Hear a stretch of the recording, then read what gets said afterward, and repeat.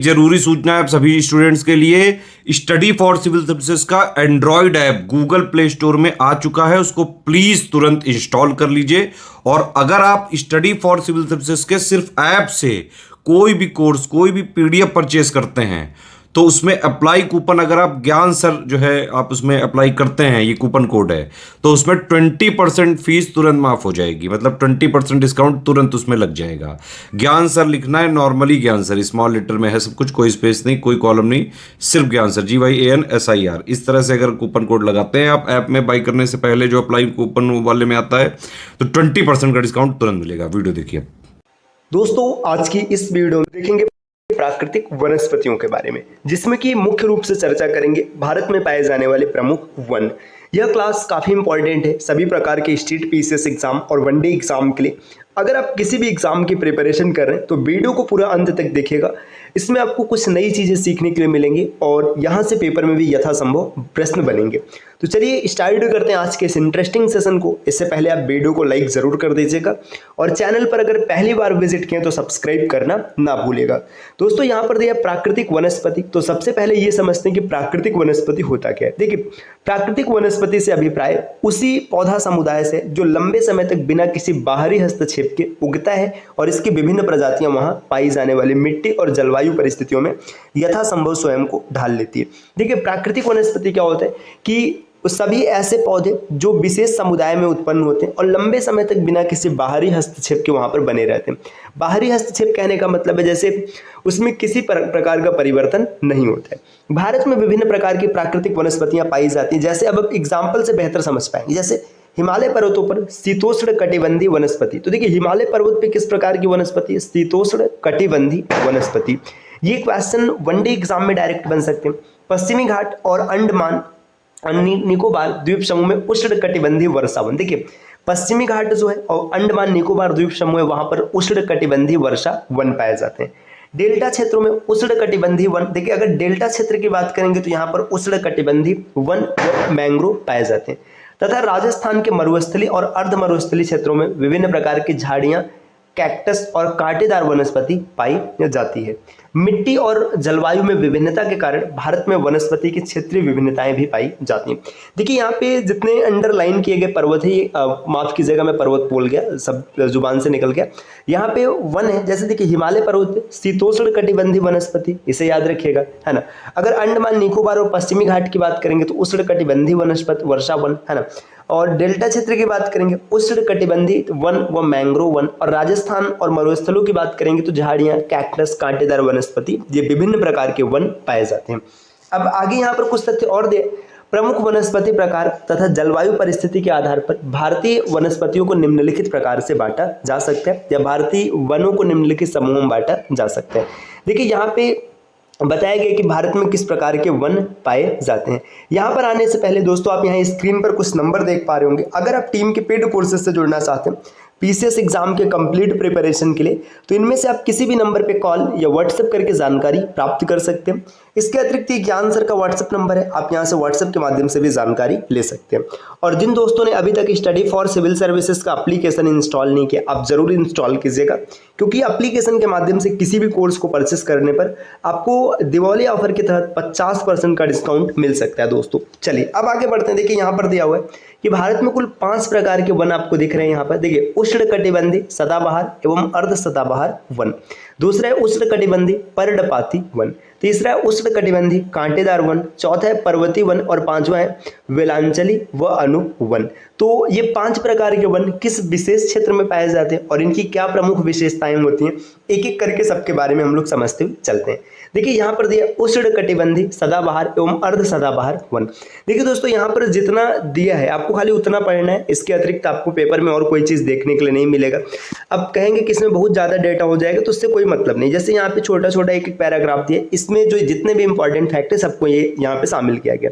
ये वन पश्चिमी घाट की पश्चिमी ढाल पर, उत्तर पूर्वी क्षेत्रों की पहाड़ियों पर और अंडमान निकोबार द्वीप समूह पर पाए जाते हैं। देखिए, उष्ण कटिबंधीय सदाबहार या अर्ध सदाबहार वन कहाँ पर? देखिए, पश्चिमी घाट की जो पश्चिमी सीमा है या ढाल है यहाँ पर, है ना। उत्तर पूर्वी क्षेत्र की जो पहाड़ियाँ हैं यहाँ पर, अंडमान निकोबार द्वीप समूह यहाँ पर पाए जाते हैं, है ना।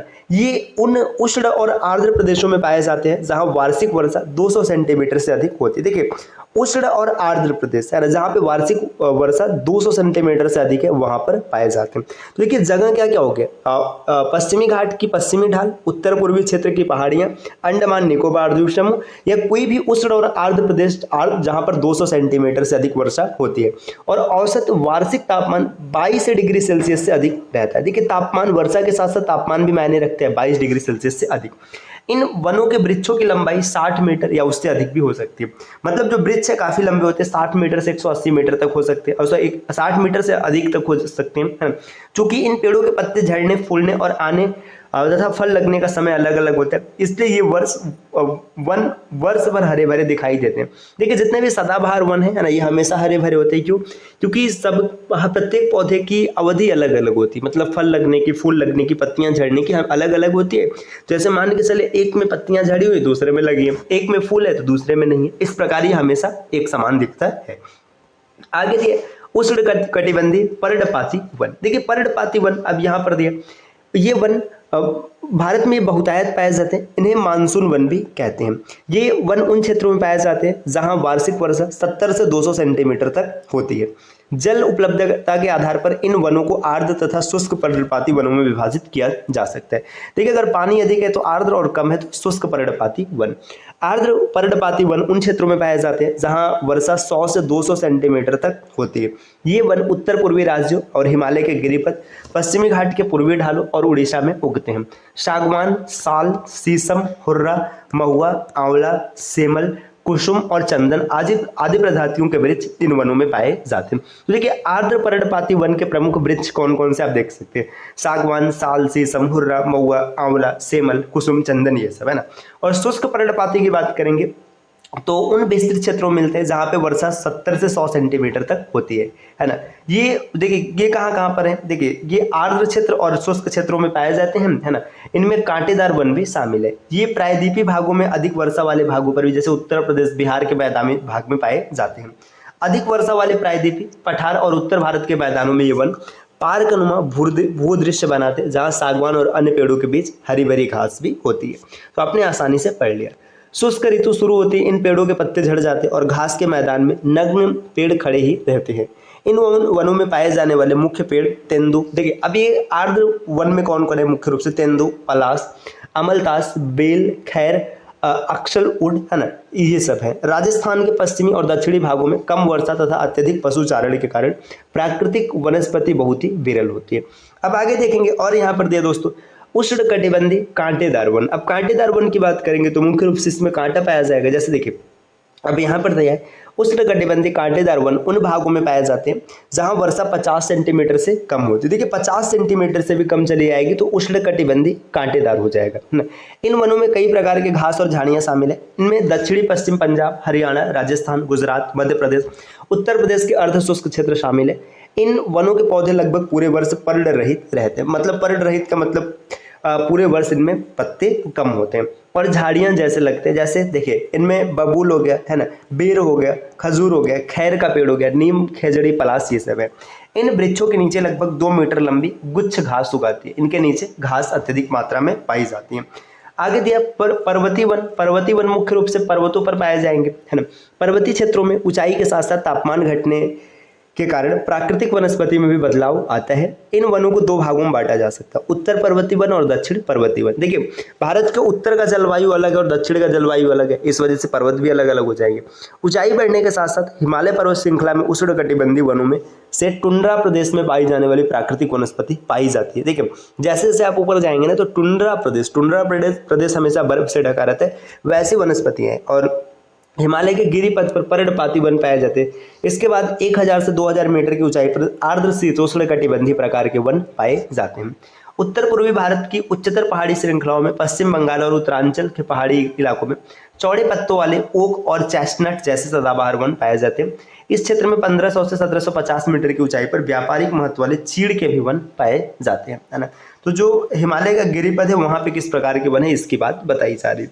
अब दोस्तों आप यहाँ पर और कुछ देख सकते हैं। देखिए हिमालय के पश्चिमी भाग में बहुमूल्य वृक्ष प्रजाति देवदार है ना, पश्चिमी भाग में देवदार का वन है। देवदार की लकड़ी अत्यधिक मजबूत होती है और निर्माण कार्य में प्रयुक्त की जाती है। इसी तरह चिनार और वालन, जिसकी लकड़ी कश्मीर हस्तशिल्प के लिए इस्तेमाल होती है, पश्चिमी हिमालय क्षेत्र में प्रचुर मात्रा में पाया जाता है। देखिए यहाँ पे दो और नाम है, याद रखिएगा, चिनार है ना और ये वालन है ना। इसकी लकड़ी जो है कश्मीरी हस्तशिल्प में काफ़ी ज़्यादा प्रयोग की जाती है। ये पाए जाते हैं हिमालय के पश्चिमी भाग में।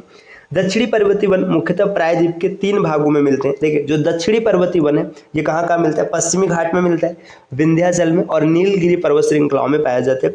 चूंकि ये श्रृंखलाएं उष्ण कटिबंध में पड़ती हैं और इनकी समुद्र तल से ऊंचाई लगभग 1500 मीटर है ना। केरल, तमिलनाडु और कर्नाटक प्रांतों में पश्चिमी घाट में इस तरह के वनस्पति विशेषकर पाए जाते हैं। मतलब जो चर्चा की गई है दक्षिणी पर्वतीय वन, ये मुख्य रूप से केरल, तमिलनाडु, कर्नाटक में पाए जाते हैं है ना। नीलगिरी, अन्नामलाई और पलानी पहाड़ियों पर पाए जाने वाले शीतोष्ण कटिबंधी वनों को शोलास के नाम से जानते हैं। देखिए नाम याद रखिएगा, शोलास। ये क्या है, शीतोष्ण कटिबंधी वन है जो कि नीलगिरी, अन्नामलाई और पलानी पहाड़ियों पर पाया जाता है। इन वनों में पाए जाने वाले वृक्ष जैसे मग्नोलिया, लैरेल, सिल्कोना, वेटल, इन सब का महत्व बहुत अधिक है। अब यहाँ पे देखिए दिया वेलांचली या फिर अनूप वन है ना।